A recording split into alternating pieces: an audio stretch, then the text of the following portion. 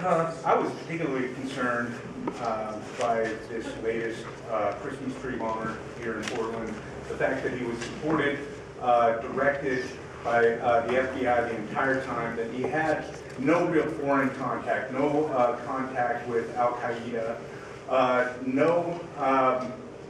they gave him an apartment, they funded and directed him, and it bothered me more that not only did they do that, but it was touted in the media as a complete administration of justice, that they arrested him and jailed him for those crimes. In any other standard, any other legal standard would define the FBI as co-conspirators for fomenting and aiding and abetting these sorts of acts. And just the fact that such disconnect exists between the legal standards that are applied to citizens and the ones that are applied to government, such a disconnect exists that is so profound, it's not indicative of a free society. Government should not be held to different standards than its citizens, and definitely not allowed to run rampant like that.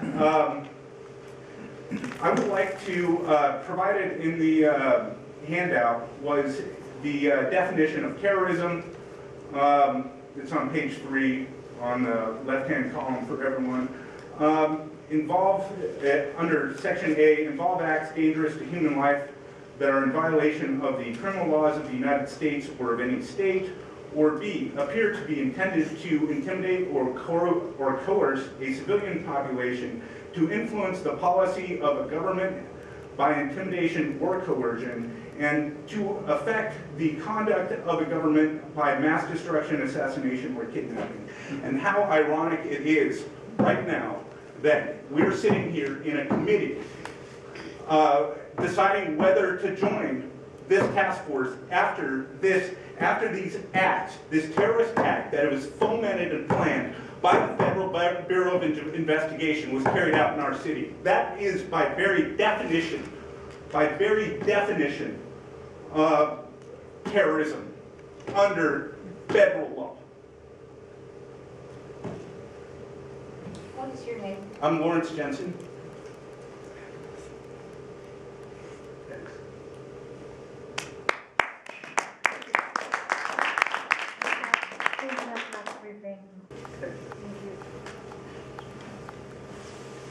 My name is Ray Harris. I'm the president of Iraq Veterans Against the War here in Oregon.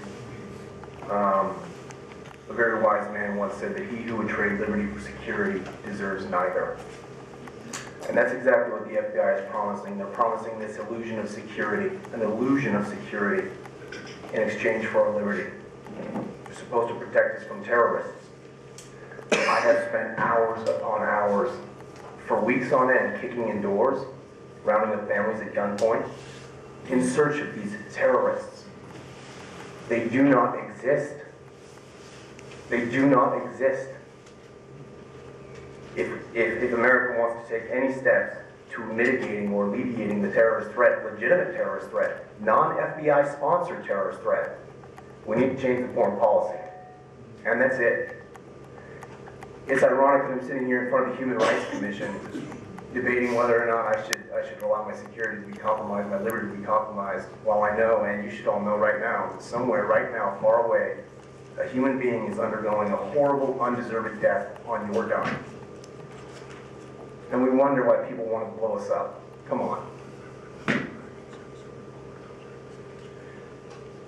One glaringly evident fact is the fact that JTTF, joining the JTTF, will not make the city any safer. It was a November 26, 2010 Pioneer Square bomb plot that brought this possible policy change to public eye in recent weeks. In that case, 19-year-old Mohammed Osman Mohammed is accused of plotting a terrorist attack under the supervision of the FBI. Nothing prevented the FBI from successfully coordinating with the city in that instance, not even the absence of the JTTF.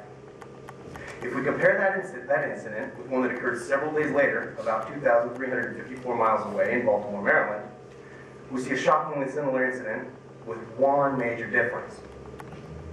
Antonio Martinez, aka Muhammad Hassan, a 21-year-old who recently converted to Islam, is alleged to have carried out the attempted bombing of a military recruiting station on December 8, 2010, while also working with the FBI.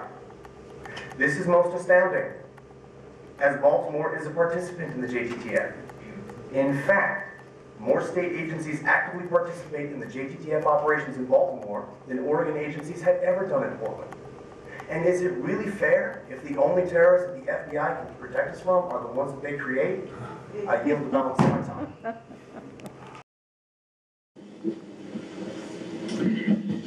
I too would like to thank everybody for coming. I wear kind of an unusual hat, I think, on the Human Rights Commission. I've been trained by FEMA in National Emergency Management and Response, and as a result of that training, I was a responder to Katrina. I too would like to thank everybody for coming. I wear kind of an unusual hat, I think, on the Human Rights Commission. I've been trained by FEMA in National Emergency Management and Response, and as a result of that training, I was a responder to Katrina, and really saw it with a breakdown of multi-jurisdictional communication where it did not work. I also served as an employee of the city of Portland for 24 years, and I strongly believe in accountability and community oversight. And I think that, you know, those two perspectives really bring me to be very grateful for hearing community folks talk about those two perspectives, because we do need to all communicate with each other from the federal level to the local. And we also really need to preserve our ability to hold accountable those who are on our city payrolls.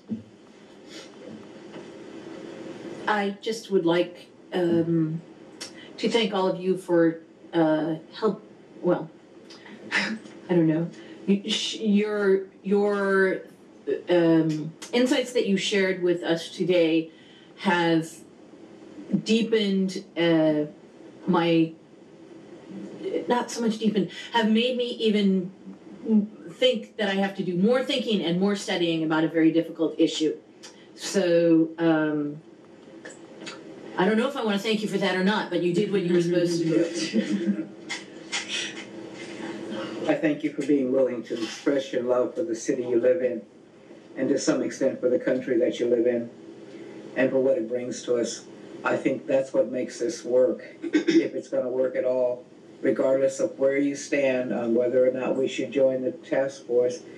We have to speak up.